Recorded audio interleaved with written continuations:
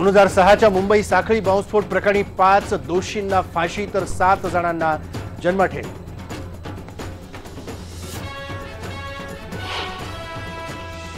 मोक्का कोर्टाच्या निकालाविरोधात दोषींचे नातेवाईक हायकोर्टात जाणार, तर शिक्षेची अंमलबजावणी तात्काळ व्हावी, माजिद मेमन यांची मागणी।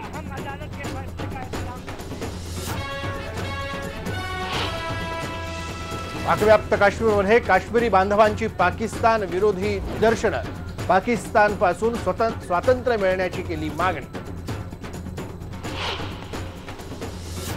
महापौरांचा सेनेला घरचा आहे, रस्ते बांधकामात गैरव्यवहाराची चौकशी करा, महापौरांचं आयुक्तांना पत्र।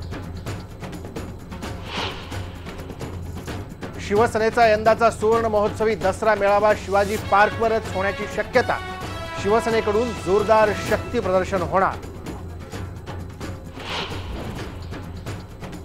महायुतीत भाजपचा सेनेला बायपास, भाजप प्रदेशाध्यक्ष रावसाहेब दानवेंनी सेनेला वगळून युतीच्या इतर घटक पक्षांची बोलावली तातडीची बैठक। कल्याण डोंबिवली महापालिकेच्या निवडणुकीत काँग्रेस राष्ट्रवादीत आघाडीची शक्यता, आज मुंबईत होणार बैठक।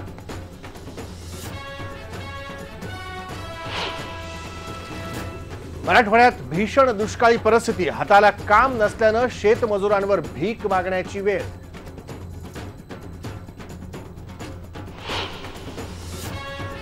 थेट परकीय गुंतवणूक मिळवण्यात भारत पहिल्या नंबरवर, अमेरिका चीनला टाकलं मागे।